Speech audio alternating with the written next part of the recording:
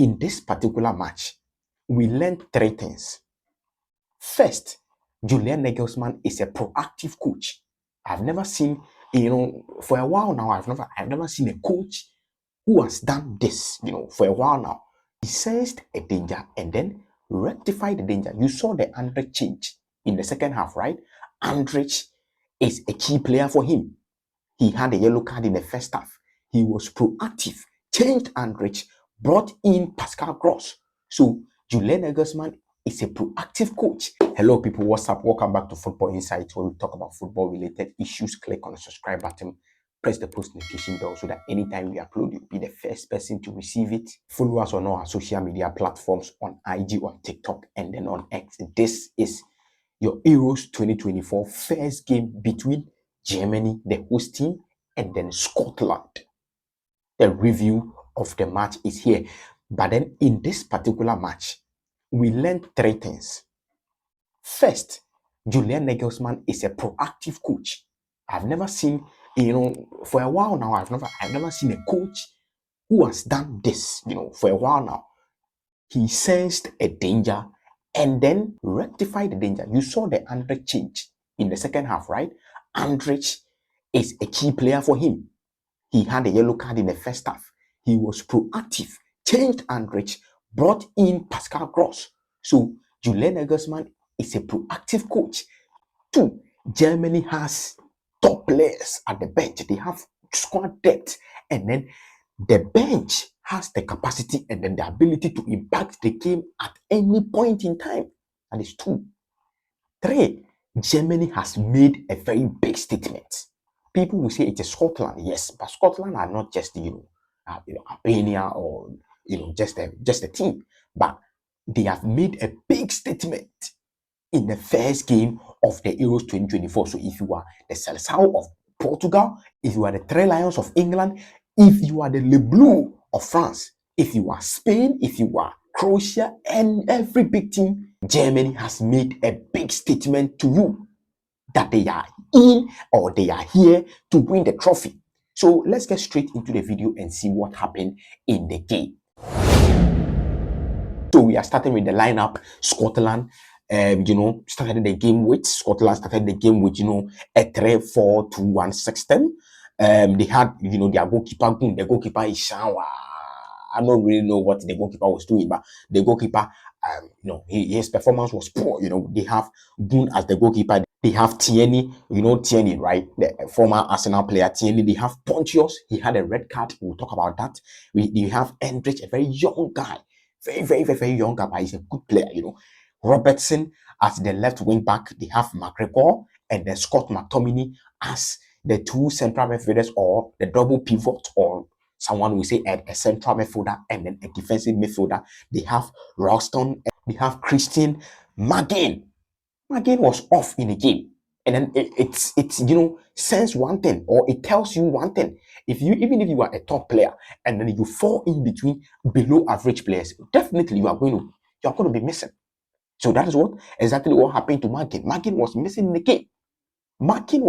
game. And they have Chai Adams completing their first 11. Let's quickly check out the first 11 Germany came in the game with. So Germany started with, a 4-2 or a 4-3-3 system, or someone will say a 4-2-3-1 system.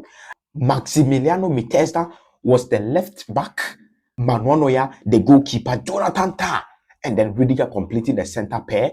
And then we have Joshua Kimmich as the right back, top player. Joshua Kimmich, top player, Toni Kroos here, top player. Andrich, and then Ike Gundogan. We have Florian Wirtz on the other hand, Jamal Musiala, the man of the match, on the other hand, and then Kai Havertz as the striker, completing the first 11 for Germany. The first half was a total dominance. And then take it from me, if you watch the game, you could see the first half was a total dominance from the side of Germany. Total dominance. But the first goal came from a very top pass. A top pass from Toni Kroos. And then, let's be real. Toni Kroos had 55 successful passes in the first half. It tells you one thing. This guy is a top player. He's not even a top player. He's a world-class player. What a world-class pass by Toni Kroos to Joshua Kimmich at the top. Joshua Kimmich squared the ball to Florian Wirtz, and then that was a very, very, very, very good goal by Florian Wirtz. Florian Wirtz made a big statement. He made a very big statement to Leroy Sané. Leroy Sané, this is a warning to you. If you are watching, this is a warning to you. If you want to play in the Euros, you want to start in the Euros, then be serious on the pitch.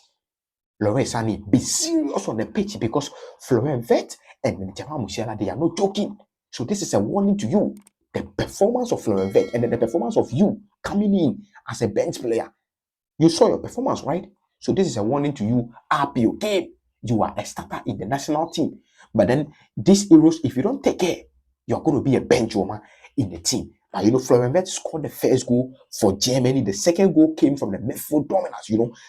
They basically dominated the midfield, because if you have Andrich in the midfield, if you have Toni Kroos and then Ike Gundogan in the midfield, and then they are competing against Scott McTominay, McGregor, and then the likes, bro, quality. Top quality, because Gundogan is a world-class player. Toni Kroos is a world-class player. Andrich is a top player. He's not a world-class player. And then these guys are top players than McGregor and then Scott McTominay. So obviously they were going to dominate the midfield. Joshua Kimmich was also pushing to come to the midfield, because he has been playing as a DM, and then he's naturally a right back, but he has been playing as a DM. But Julian Nagelsmann has decided to play him as a right back in this particular tournament. So he was drifting into the midfield. So it was obvious that they were going to dominate the midfield of Scotland. So Joshua Kimmich was also coming into the midfield. So it was the midfield dominance. In the second goal, you could see the dominance in the midfield, and then a breakout came. Chance was created by Ike Gundogan, passed the ball to Kai Havertz. Kai Havertz squared the ball to Jamal Musiala, and that was a top goal by Jamal Musiala. Jamal Musiala is a gem. He's a gem. And then yesterday I saw people chastising Chelsea that you left the boy for Bayern Munich and all of that. Bro, Jamal Musiala wanted to leave. I think his mom was traveling, or his mom had transferred to Germany, and then he had to leave because he was a young boy. He needed the mom care, so he had to leave England for Germany, and that is why he basically found himself in Germany. It's not like Chelsea wanted to sell him. Chelsea even had a 20% with sell-on clause in his contract, though. So Jamal Musiala, man of the match, top player. That was the second goal, and then the third goal was a top class pass by Joshua Kimmich in the central areas. You could see that pass. By Joshua Kimmich, let's talk about Joshua Kimmich. Joshua Kimmich, I don't know what is wrong with Joshua Kimmich, but when he gets the ball, you could see, the seniority in him, his pass and all of that. Hey, Joshua Kimmich, cool down, bro.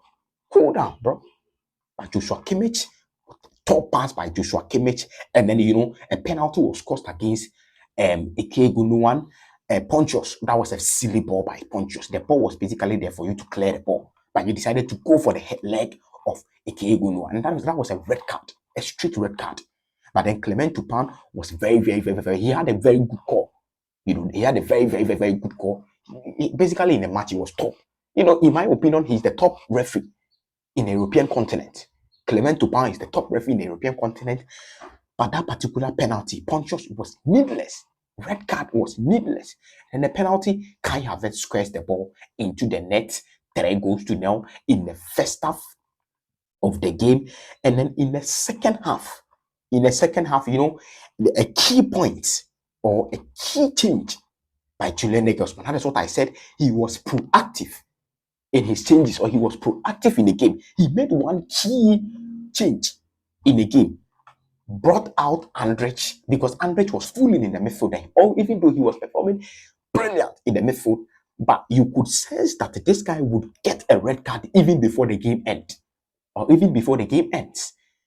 So Julian Nagelsmann was proactive there, took Andrich from the game, and then brought in Pascal Gross, continued to dominate them. And then as at that time, I saw that yes, this guy was in for business. He was basically in for business, because you taking Andrich and then bringing in Pascal Gross, it's like you are taking quality and bringing another quality. So big shout out to Julian Nagelsmann. Julian Nagelsmann did a very, very, very good substitution there, was proactive in his decision. So he did that particular change to at least get his key player out of the game, so that he didn't get a red card. But from the 46th minute to the 60th minute, it was all Germany. It was all Germany. They dominated the game. They pushed Scotland to their own half.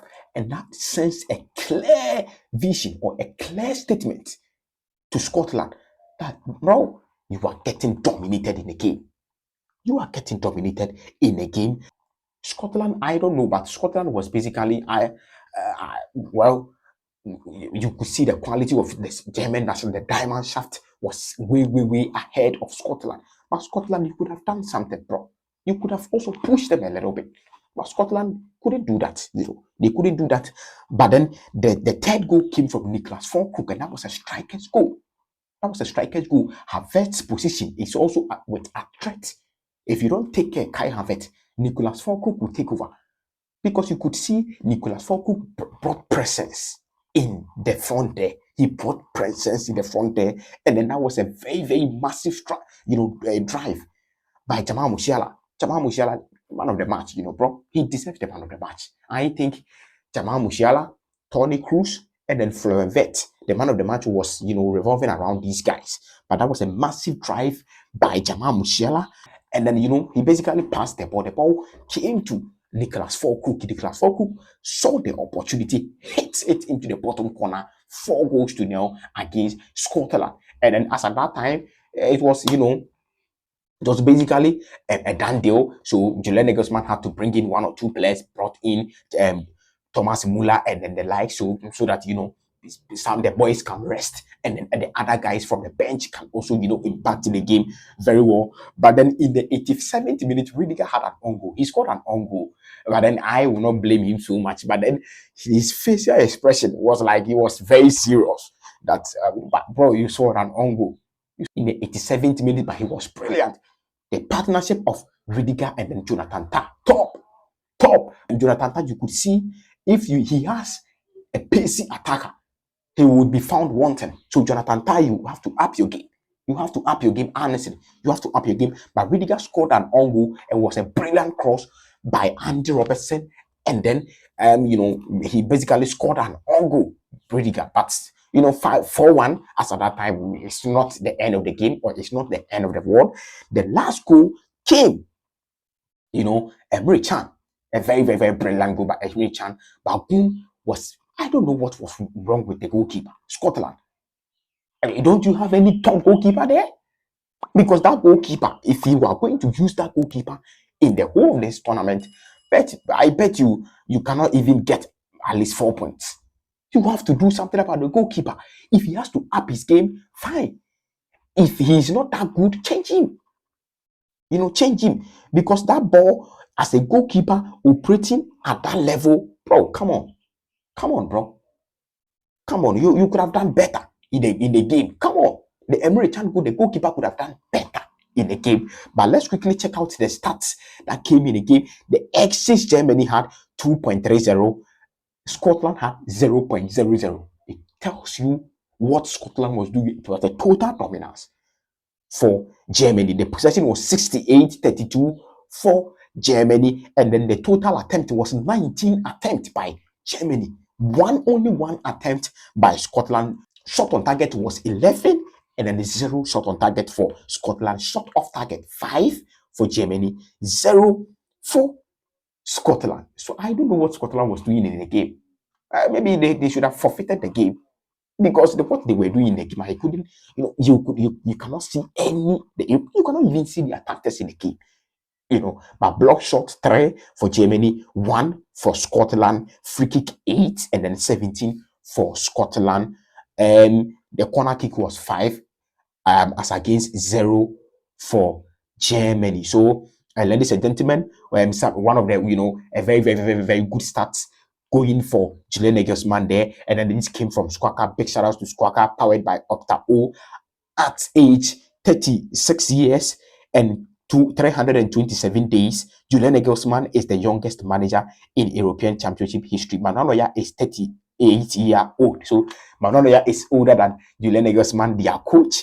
So that is what is happening there in the realms of Julian Nagelsmann, a very top coach out there. But then, today we have 3 games coming up.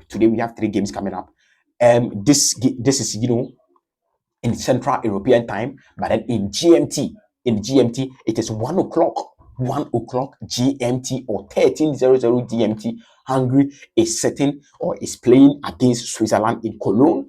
In 1 o'clock or 13 GMT, Spain will be playing against Croatia. Top big game. Spain will be playing against Croatia in 16 GMT, or let's say 4 o'clock GMT time or Ghana time.